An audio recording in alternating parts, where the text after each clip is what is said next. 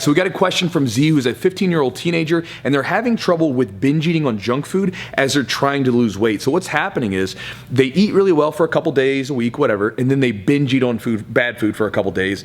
They feel terrible, they feel upset with themselves, they're pissed off, they go back to eating healthy, they eat healthy for a couple days, and then this cycle, this vicious cycle of good food and bad food continues. And this is really hindering their weight loss that they're trying to work on, and they know it's not healthy.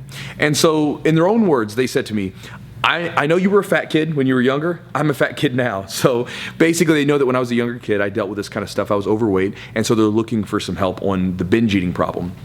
Now, the one thing that they did add in it was they said that they think that the reason that the junk food is such a problem is because when they were younger, they were deprived. They weren't allowed to have any junk food from their parents. So now that they've gotten older, it's this thing where they've been deprived of it, and all of a sudden they can get their hands on it and they just can't stop themselves. It's become addictive. So Z, thank you for the question. And when you sent that message and you were talking about being deprived and then being addicted and wanting it so bad in this binge eating cycle, I thought about the way that sometimes I would deal with food when I was getting ready for MMA fights. So with jiu-jitsu competitions and stuff, I don't really lose any weight at all. I typically just shave down a few pounds, be in shape, and I go in at whatever weight I'm walking at, and that's typically what I like to do. But for MMA fights, when I was fighting at like 205, I was typically walking at 230, so I had to trim a lot of weight down. When I was 185 or fighting at 185, I would typically be walking at about 210, and so again, had to trim some weight down before I could do my water cut. And when you're trimming that weight down, your diet has to be on check. It has to be on the money. And so what would happen a lot of times is once my fight was scheduled, I would instantly be like, okay, I'm now eating no bad food for the rest of fight camp. And as soon as I said that to myself, as soon as I deprived myself of having any bad food, I instantly wanted everything that I never even eat junk food. I don't eat like bad food almost at all. I'll go out and get some stuff, but not much. But as soon as I told myself I couldn't have it, I wanted it so bad, right? Because it's not on the table anymore.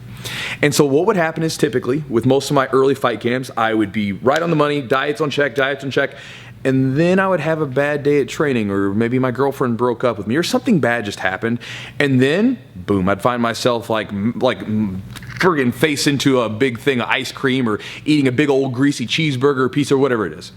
And then I would feel bad about myself. I'd go to the gym and train hard the next day to try to make up for the calories or whatever. But again, it was that vicious mental thing that you're dealing with. When I got a little older, a little bit wiser, I started to do it a little bit differently. And so what I would do is when I was trying to cut that weight, I would schedule my bullshit food in. So typically on a Friday or Saturday, I would give myself one meal where I could eat whatever I wanted to. There are no restrictions. And what was cool about this is, if I got a craving for something, maybe like I saw something in an ad for some ice cream, or maybe it was like some new pizza that's out, or maybe I knew I was gonna go out and get some food with the guys later on that week, I would say, okay, this week I'm gonna go get this big juicy cheeseburger with all these fries. I'm gonna get a shake with it. I'm gonna eat all this bullshit, or I'm gonna eat like 2 scoops of ice cream, and I'm gonna get this, that, whatever it's gonna be, right? And then when it came time, I would treat myself with this, and sometimes this could be as simple as I just wanted a pastry at the local bakery that I like to go to. So whatever it is, that was my thing.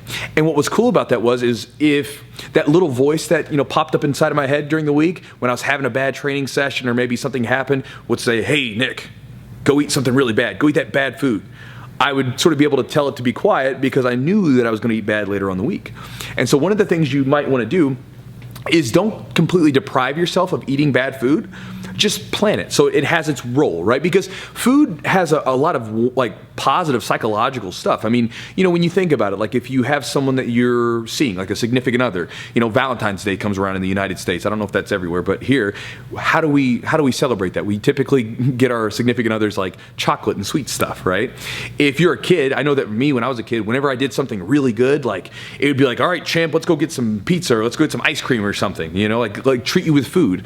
And even now, a lot of times when I have good friends in town, what do? We go out and eat really good food. Like my buddy Brandon McGaffron's coming to the gym this weekend, and what are we going to do? We're going to plan out some good dinners together. We're going to have a good time.